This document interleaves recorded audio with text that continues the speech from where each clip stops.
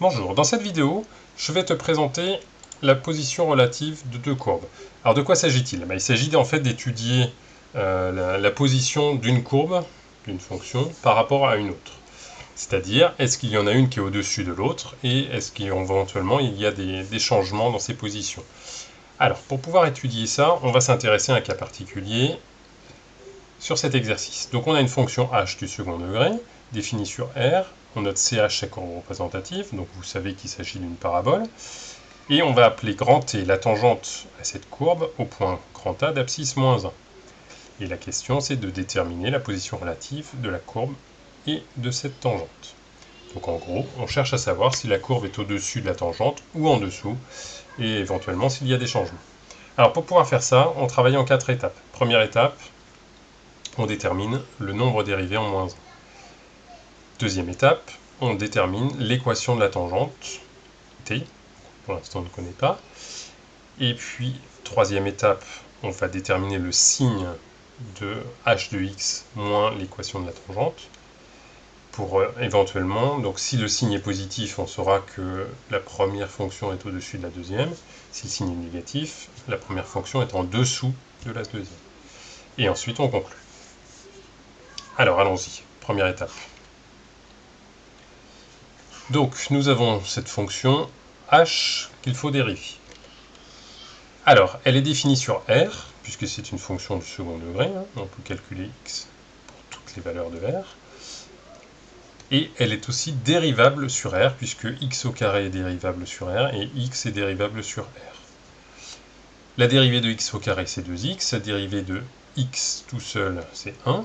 Donc on va avoir, pour h' de x, 1 demi facteur de 2x plus 1. Voici. Et puis ensuite, on simplifie. 1 demi fois 2, ça donne 1. Donc h' de x est égal à x plus 1. Très bien. Seconde étape. Maintenant, l'équation de la tangente.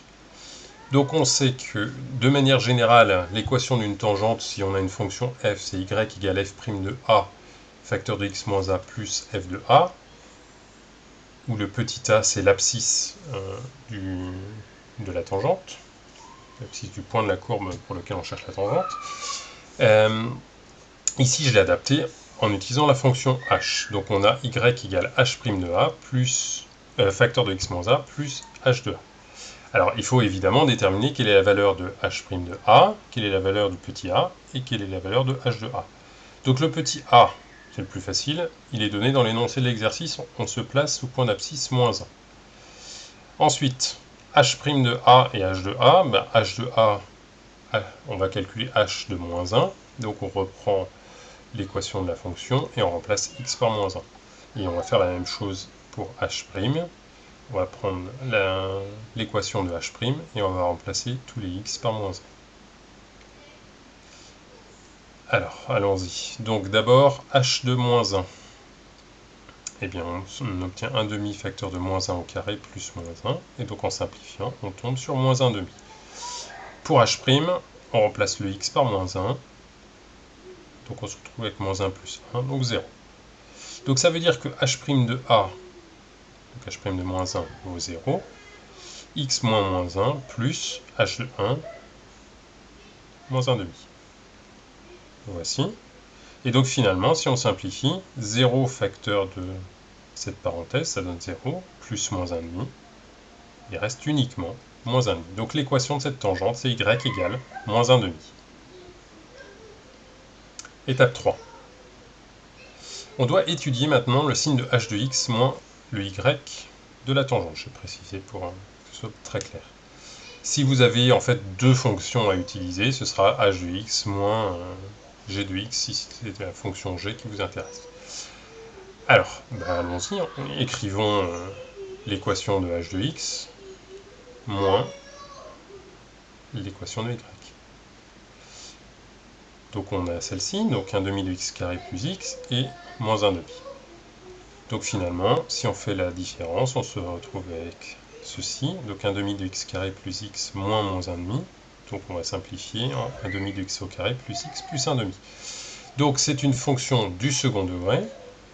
Alors là, deux méthodes se présentent pour pouvoir étudier le signe de cette fonction du second degré. Soit on passe par le discriminant et puis ensuite on trouve les racines et on saura, il y a une propriété qui nous dit que une fonction du second degré du signe du petit a sauf entre ses racines. Deuxième possibilité, là vous verrez en fait qu'il s'agit d'une identité remarquable que vous allez pouvoir utiliser. Donc première méthode, c'est une fonction du second degré, petit a qui vaut 1,5, petit b qui vaut 1, petit c qui vaut 1,5. Donc on calcule le discriminant, delta, égale b carré moins 4ac, et donc on trouve 0. 0, ça signifie donc qu'il y a une seule racine qu'on obtient en faisant moins b sur 2a, et donc du coup ici on trouve moins 1. Je le fais rapidement, hein. Moins b, donc ça fait moins 1 au numérateur, et le petit a vaut 1,5, donc 2 fois 1,5, ça donne 1 au dénominateur. Donc moins 1 sur 1, ça donne moins 1. Donc on a une seule racine, moins 1. Ça signifie qu'en fait, tout ça peut se factoriser sous la forme de 1,5, c'est-à-dire le petit a, facteur de, entre parenthèses, x moins moins 1, donc x plus 1, le tout au carré. Deuxième méthode.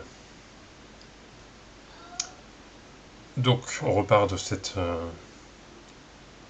égalité, donc on reconnaît une identité remarquable, c'est un demi-facteur de x au carré plus 2x plus 1 et x au carré plus 2x plus 1. Ça se factorise très bien avec l'identité remarquable. Donc c'est du type a au carré plus 2ab plus b au carré. Donc le petit a, c'est x, et le petit b, c'est 1. Donc on se retrouve avec un demi-facteur de x plus 1 au carré. Exactement ce qu'on a fait juste avant. Et à partir de là, on peut s'intéresser au tableau de signes. Alors ce tableau de signes, qu'est-ce qu'on va mettre dedans? Le moment où ce facteur-là s'annule, c'est-à-dire quand x est égal à moins 1.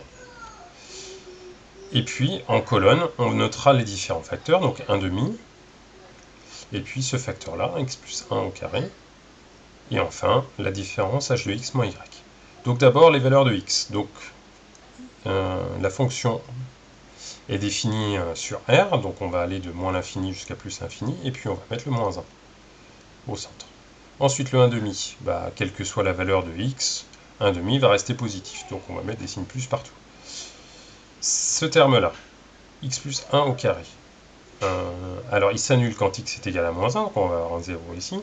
Le signe avant et le signe après, ce seront des signes positifs, puisqu'en fait on a un carré. On peut s'en convaincre autrement, hein. On peut remplacer le x par un autre nombre, un nombre plus petit que moins 1, par exemple moins 5. Moins 5 plus 1, ça fait moins 4. Le tout au carré, ça donne 16, donc un nombre positif. Et de ce côté-ci, on peut prendre 3. 3 plus 1 au carré. 3 plus 1, ça donne 4. 4 au carré, ça donne 16. Donc du coup, c'est bien positif aussi. Donc on obtient cette ligne ici. Et donc finalement, h de x moins y, c'est le produit de ces deux facteurs. Donc deux éléments positifs donnera une multiplication de deux éléments positifs donne un résultat positif, plus un nombre positif fois 0, ça donne 0, un nombre positif fois un nombre positif, ça donne un nombre positif. Donc voici le tableau de signes que l'on obtient finalement. Donc ça veut dire que notre différence est positive, sauf quand x est égal à moins 1. Et donc là maintenant on passe à la conclusion, étape numéro 4.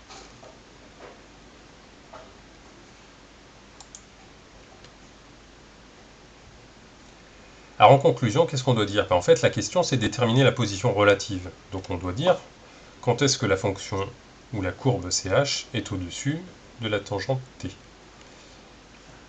On sait que h de x moins y est positif, sauf quand x est égal à moins 1. Donc finalement, la courbe représentant la fonction h est au-dessus de la tangente T, sauf en x égale à moins 1. Où elles sont exactement au même endroit, même position. Et c'est la fin de cette vidéo.